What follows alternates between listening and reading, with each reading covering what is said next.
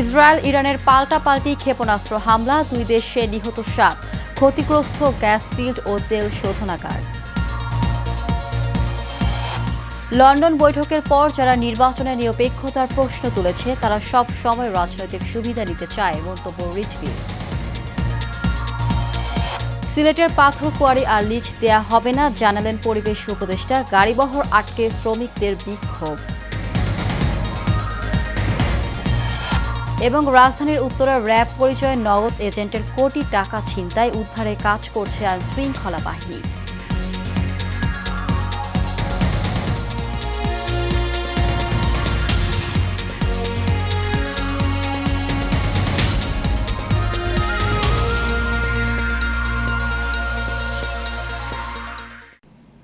স্বাগত এশিয়া নিউজে, সঙ্গে আছি জেসমিন ইভা। শুনছিলেন বিআরবি কেবল ইন্ডাস্ট্রিজ লিমিটেড সংবাদ শিরোনাম, এবার জানিয়ে দিব বিস্তারিত।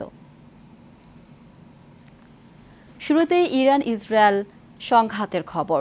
দখলদার ইসরায়েলের হামলা ও হত্যাকাণ্ডের জবাবে অপারেশন ট্রু প্রমিস 3 অভিযানের অংশ হিসেবে শনিবার রাতে ক্ষেপণাস্ত্র এবং ড্রোন হামলা করেছে ইরানের ইসলামিক রেভলিউশনারি গার্ড।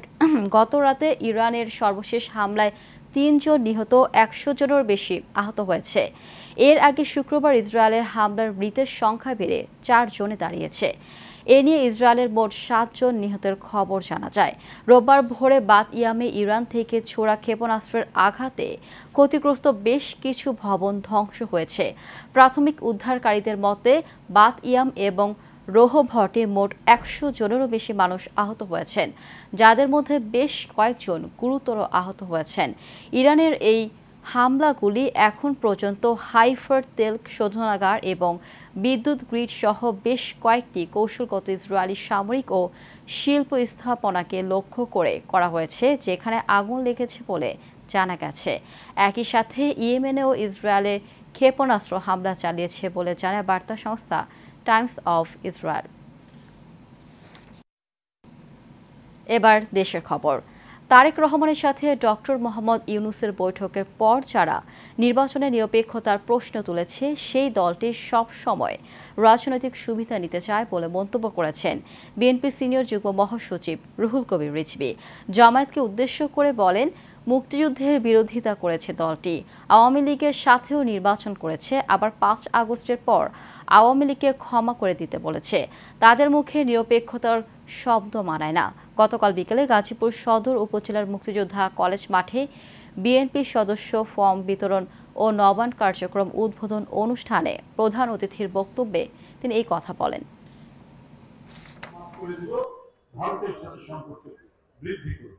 তাহলে আপনাদের রাজনীতিটা কিসের রাজনীতি? রাজনীতি মানে হচ্ছে জনগণের কাছে ওয়াদা, জনগণের কাছে অঙ্গীকার, যেটিতে শরীফ বেগম খালেদা জিয়া, যেটি তারেক রহমান বারবার বলেছে, এই হাসিনা দুর্বৃত্ত, এই হাসিনা গণতন্ত্র ধ্বংস করেছে। গণতন্ত্র পুনরুদ্ধারের মাধ্যমে জুলাই বিপ্লবের পূর্ণতা আসবে বলে মন্তব্য করেছেন বিএনপির ভাইস চেয়ারম্যান শামসুজ্জামান দুদু। গতকাল জাতীয় প্রেস ক্লাবে জনতার অধিকার পার্টি আয়োজিত নির্বাচন ও জাতীয় ঐক্য নিয়ে আলোচনা সভায় শামসুজ্জামান দুদু আরও বলেন, প্রধান উপদেষ্টা ও তারেক রহমানের বৈঠকে গণতান্ত্রিক আন্দোলনকে উচ্চ মাত্রায় নিয়ে গেছে। আরও জানাচ্ছেন শরীফুল ইসলাম। নির্বাচন ও জাতীয় ঐক্য নিয়ে জাতীয় প্রেস ক্লাবে আলোচনা সভার আয়োজন করে জনতার অধিকার পার্টি। অনুষ্ঠানে বিএনপির ভাইস চেয়ারম্যান শামসুজ্জামান দুদু বলেন, নির্বাচনের মধ্য দিয়ে গণতন্ত্র পুনরুদ্ধার ও জুলাই বিপ্লবের পূর্ণতা আসবে। গত জুলাই আগস্টের গণঅভ্যুত্থানের পূর্ণতা আসবে গণতন্ত্র প্রতিষ্ঠিত হলে।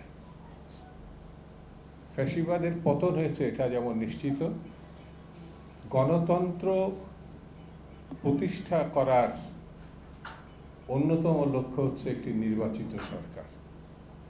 প্রধান উপদেষ্টা ও তারেক রহমানের বৈঠক গণতান্ত্রিক আন্দোলনকে উচ্চমাত্রায় নিয়ে গেছে বলেও মন্তব্য করেন বিএনপির এই নেতা।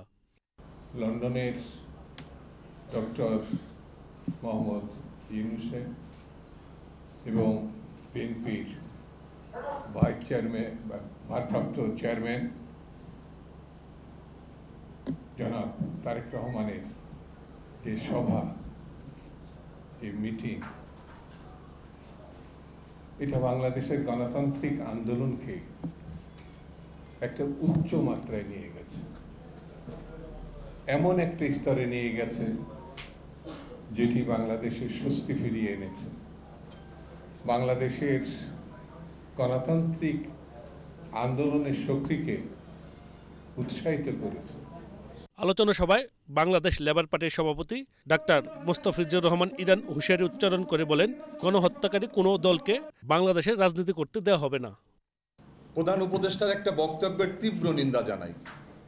তিনি লন্ডনে বলেছেন যে তিনি আওয়ামী লীগকে নিষিদ্ধ করেননি, তিনি আওয়ামী লীগের কার্যক্রম নিষিদ্ধ করেছেন। এটা একটা দ্বিচারিতা। এই গণহত্যাকারী কোনো দল রাজনীতি করার কোনো অধিকার থাকতে পারে না। মতবিরোধ ভুলে জাতীয় স্বার্থে সবাইকে ঐক্যবদ্ধ হয়ে নির্বাচনের মাধ্যমে গণতন্ত্র ফিরে আনার আহ্বান জানান বক্তারা। Shariful Islam, Asian television, Dhaka. পর্যটক বান্ধব পরিবেশ গড়ে তুলতে সিলেটের কোনো পাথর কোয়ারি আর লিজ দেয়া হবে না বলে জানিয়েছেন বন ও পরিবেশ উপদেষ্টা সৈয়দ রিজওয়ানা হাসান। গতকাল সিলেটের জাফলং এলাকা পরিদর্শন শেষে সাংবাদিকদের এই কথা জানান তিনি। এ সময় খনিজ সম্পদ উপদেষ্টা অধ্যাপক মোহাম্মদ ফয়জুল কবির খান বলেন, অবৈধভাবে উত্তোলিত পাথর ক্রাশার মেশিন দিয়ে ভাঙা হচ্ছে, যা অনিয়ম ও পরিবেশের জন্য হুমকি। এসব ক্রাশার মেশিনের বিদ্যুৎ সংযোগ তাৎক্ষণিক বিচ্ছিন্ন করার নির্দেশ দেন তিনি। পরে সিলেটের জাফলংয়ে অন্তর্বর্তী সরকারের 2 উপদেষ্টার গাড়িবহর আটকে দিয়ে বিক্ষোভ করে পাথর শ্রমিকরা। পাথর আসে সেটা ওই যে রাস্তার ওই পাশে এখানে থাকবে, কিন্তু এখানে তো নদীর পাশে তো এখানে কোনো ক্রাশিং মেশিন থাকতে পারবে না। এগুলো আমরা উঠাই দেব। সিলেটে নান্দনিক আবেদন আছে, নৈসর্গিক আবেদন আছে, এইরকম জায়গাগুলোকে আমরা আর পাথর তোলার জন্য ইজারা দেব না।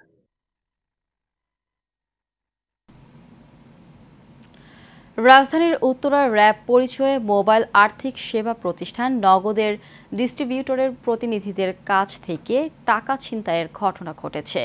সিসিটিভি ফুটেজে দেখা যায় একটি কালো মাইক্রোবাস মোটরসাইকেলের গতিরোধ করে। এরপর ওই মাইক্রোবাস থেকে র্যাবের পোশাক পরা কয়েকজন ব্যক্তি ভুক্তভোগীদের ধরার চেষ্টা করে। তখন ভুক্তভোগীরা দৌড় দিলে র্যাবের পোশাক পরা ব্যক্তিরাও ধাওয়া করে। এক পর্যায়ে ভুক্তভোগীদের মাইক্রোবাসে তুলে নিয়ে যায় তারা। ভুক্তভোগীরা জানান, একটি কালো মাইক্রোবাস করে আসা এক দল ব্যক্তি নিজেদের র্যাব সদস্য পরিচয় দিয়ে টাকা ভর্তি ব্যাগ সহ তাদের গাড়িতে তুলে নেয়। এরপর ব্যাগটি ছিনিয়ে নিয়ে তাদের উত্তরা 17 নম্বর সেক্টরে ফেলে রেখে যায়। ব্যাগে 1,08,44,000 টাকা ছিল বলেও জানান তারা। আইনশৃঙ্খলা বাহিনী জানায়, বিষয়টি গুরুত্বের সঙ্গে দেখা হচ্ছে, প্রকৃত ঘটনা অনুসন্ধানে কাজ চলছে।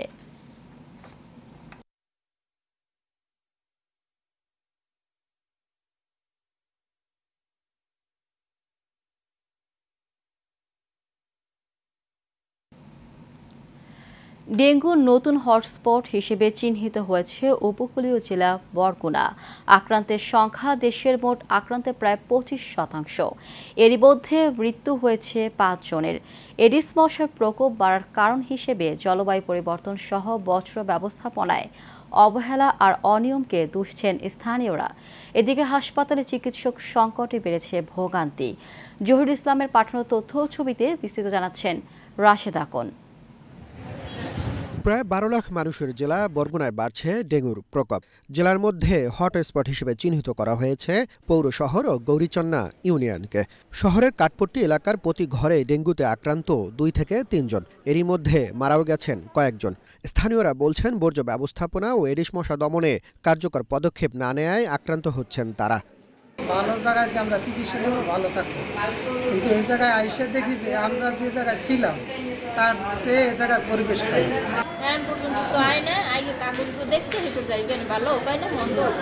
আমরা এটা নিরুপায় যে একজন ডাক্তারের ধারা কমিছে আসলে এই চিকিৎসাটা কভার করা সম্ভব কিনা।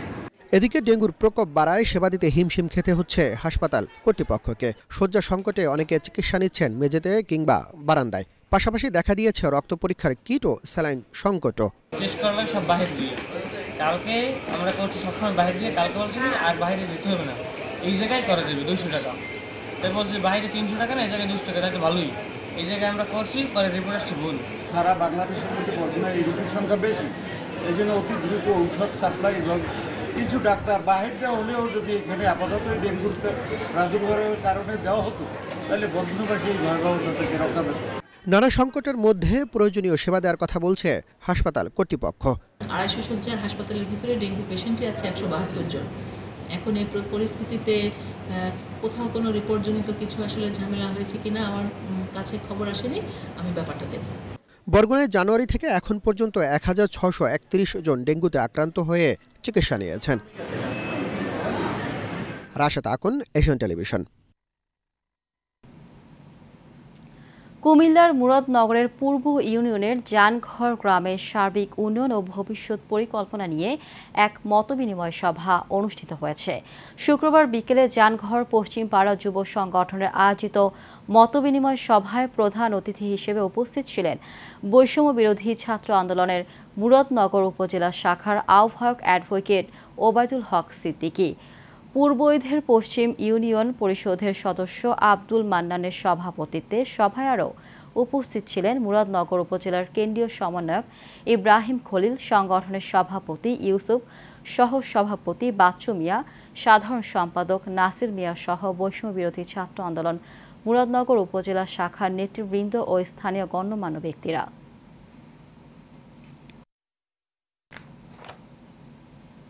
নোয়াখালীর সোনাইমুড়ি প্রেস ক্লাবের রজত জয়ন্তী উদযাপিত হয়েছে। এই উপলক্ষে সাংবাদিকতা, সমাজসেবা, শিক্ষা, রত্নগর্ভা মা, আইন পেশা সহ বিভিন্ন ক্যাটাগরিতে গুণীজনদের সম্মাননা প্রদান করা হয়। শনিবার দুপুরে উপজেলার একটি কমিউনিটি সেন্টারে এই আয়োজন করা হয়। সোনাইমুড়ি প্রেস ক্লাবের সভাপতি বেলাল হোসেন ভূঁইয়ার সভাপতিত্ব ও সাধারণ সম্পাদক ইয়াকুব আল মাহমুদের সঞ্চালনায় আলোচনা সভায় বক্তব্য রাখেন উপজেলার নির্বাহী কর্মকর্তা নাসরিন আক্তার, ওসি মোর্শেদুল আলম সহ অনেকে। নারায়ণগঞ্জের সদর আসন থেকে সাবেক যুবদল নেতা মাসুদুজ্জামান মাসুদ বিএনপি থেকে নির্বাচন করার ঘোষণা দিয়েছেন। শনিবার দুপুর নারায়ণগঞ্জ খানপুরের বরফকল মাঠে ঈদ পুনর্মিলনী অনুষ্ঠানে তার বক্তব্যে তিনি এই নির্বাচন করার ইচ্ছা প্রকাশ করেন। এ সময় নারায়ণগঞ্জ জেলা ও মহানগর বিএনপি, জামায়াতে ইসলাম, হেফাজতে ইসলাম, এনসিপি এর সাংস্কৃতিক ব্যক্তিত্ব ও সাংবাদিক সহ বিভিন্ন শ্রেণী পেশার মানুষ উপস্থিত ছিলেন। মাসুদুজ্জামান বলেন, আমি কখনো অন্যায়কে আশ্রয় প্রশ্রয় দেইনি। আমি প্রতিহিংসা নয়, মানুষকে ভালোবাসা দিয়ে নারায়ণগঞ্জ তথা সদর ও বন্দরের মানুষের সেবা করতে চাই।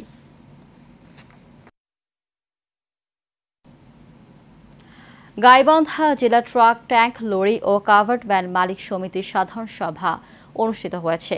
শহরের সমিতির কার্যালয়ে এই সভা অনুষ্ঠিত হয়। সভায় প্রধান অতিথি হিসেবে উপস্থিত ছিলেন গাইবান্ধা জেলা মোটর মালিক সমিতির সভাপতি কাজী মকবুল হোসেন মকুল। বিশেষ অতিথি হিসেবে উপস্থিত ছিলেন সাধারণ সম্পাদক এস.এম. নাজিবুল আমিন নান্নু। অনুষ্ঠানে সভাপতিত্ব করেন গাইবান্ধা জেলা ট্রাঙ্ক, লরি, কাভার্ড ভ্যান মালিক সমিতির সভাপতি আবুল হোসেন সরকার। সাধারণ সভায় পূর্ববর্তী কমিটি বিলুপ্ত ঘোষণা করা হয় এবং স্বল্প সময়ের মধ্যে আগামী 3 বছরের জন্য নির্বাচনের মাধ্যমে একটি নতুন কমিটি গঠনের সিদ্ধান্ত গৃহীত হয়। নোয়াখালী সদর উপজেলা কালাদরা ইউনিয়ন যুব দলের যুগ্ম আহ্বায়ক কিশোর গ্যাংয়ের লিডার সুদিন কামাল ইমতিয়াজ সাকিবের নেতৃত্বে আধিপত্য বিস্তারকে কেন্দ্র করে বিএনপির কার্যালয়ে হামলা, ভাঙচুর, ককটেল বিস্ফোরণ ঘটনা ঘটে। এই ঘটনায় কমপক্ষে 5 জন আহত হয়েছে। আহতদের স্থানীয়রা উদ্ধার করে হাসপাতালে ভর্তি করে। আহতরা হলো আব্দুস শাহিন, মোহাম্মদ মাহরুফ, রাব্বি শরীফ। ইউনিয়ন যুব দলের সাবেক সাধারণ সম্পাদক জহিরুদ্দিন পাটোয়ারি বলেন, কামাল ও ইমতিয়াজ একক আধিপত্য বিস্তার করার লক্ষ্যে রাত্রে কয়েকজন কিশোর গ্যাং সদস্যদের নিয়ে এসে স্থানীয় বিএনপির কার্যালয়ে বেগম জিয়া, তারেক রহমান ও ভাইস চেয়ারম্যান মোহাম্মদ শাহজাহানের ছবিতে হামলা, ভাঙচুর, লুটপাট ও কয়েকটি ককটেল বিস্ফোরণ করে জনমনে আতঙ্ক ছড়িয়ে দেয়। সদস্য সুধারাম মডেল থানায় অফিসার ইনচার্জ কামরুল ইসলাম জানান, খবর পেয়ে যৌথ বাহিনী ঘটনাস্থল পরিদর্শন করেছে।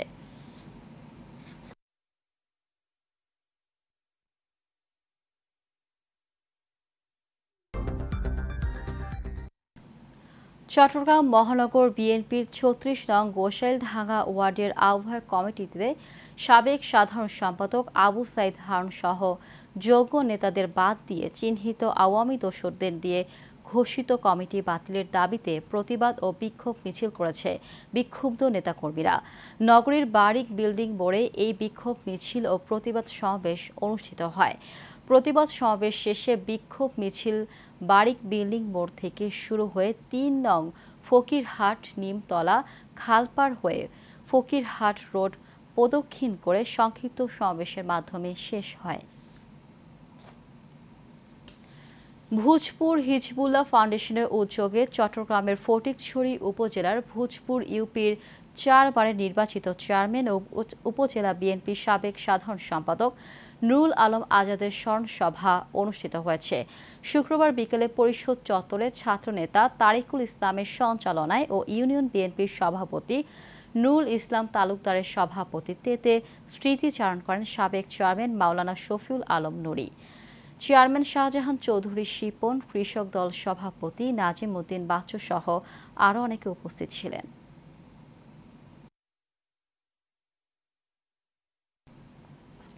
চট্টগ্রামের লোহাগাড়ায় কয়েকটি পরিবারের যাতায়াতের রাস্তায় ভবন নির্মাণের অভিযোগ উঠেছে হারুন রশিদ গঙ্গের বিরুদ্ধে। শুক্রবার বিকেলে উপজেলার সদর ইউনিয়নের রশিদার পাড়া এলাকায় ভুক্তভোগী খায়রুন্নেসা প্রতিকার চেয়ে মোট ৪ জনকে আসামি করে লোহাগাড়া থানায় লিখিত অভিযোগ দায়ের করেন। অভিযোগ সূত্রে জানা যায়, দীর্ঘদিনের পুরনো চলাচলের রাস্তার উপর অবৈধভাবে স্থাপনা নির্মাণ করে প্রতিবন্ধকতা সৃষ্টি করে জবরদখলের কাজ চালিয়ে যাচ্ছে একটি চক্র। এতে খায়রুন্নেসা বাধা দিলে তাকে গালিগালাজ সহ হুমকি অব্যাহত রয়েছে বলে জানান তিনি। এ বিষয়ে লোহাগাড়া থানার পুলিশ পরিদর্শক রবিউল আলম খান জানান, একটি লিখিত অভিযোগ পেয়েছি, বিষয়টি সঠিকভাবে তদন্ত করে ব্যবস্থা নেওয়া হবে। অভিযোগের বিষয়ে জানতে চাইলে অভিযুক্ত হারুন রশিদ গং জানান, পৈতৃক সম্পদে নির্মাণ কাজ চালাচ্ছেন তারা। শেষ করব এশিয়া নিউজ, তার আগে বিআরবি কেবল ইন্ডাস্ট্রিজ লিমিটেড সংবাদ শিরোনামগুলো জানিয়ে দিব আরও একবার।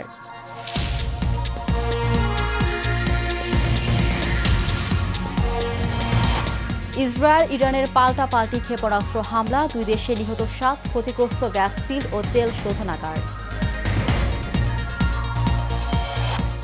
লন্ডন বৈঠকের পর যারা নির্বাচনের নিরপেক্ষতার প্রশ্ন তুলেছে তারা সব সময় রাজনৈতিক সুবিধা নিতে চায়, মন্তব্য রিজভির। সিলেটের পাথর কোয়ারি আর লিজ দেয়া হবে না জানালেন পরিবেশ উপদেষ্টা, গাড়িবহর আটকে শ্রমিকদের বিক্ষোভ। এবং রাজধানীর উত্তরে র্যাব পরিচয়ে নগদ এজেন্টের কোটি টাকা ছিনতাই, উদ্ধারে কাজ করছে আইনশৃঙ্খলা বাহিনী।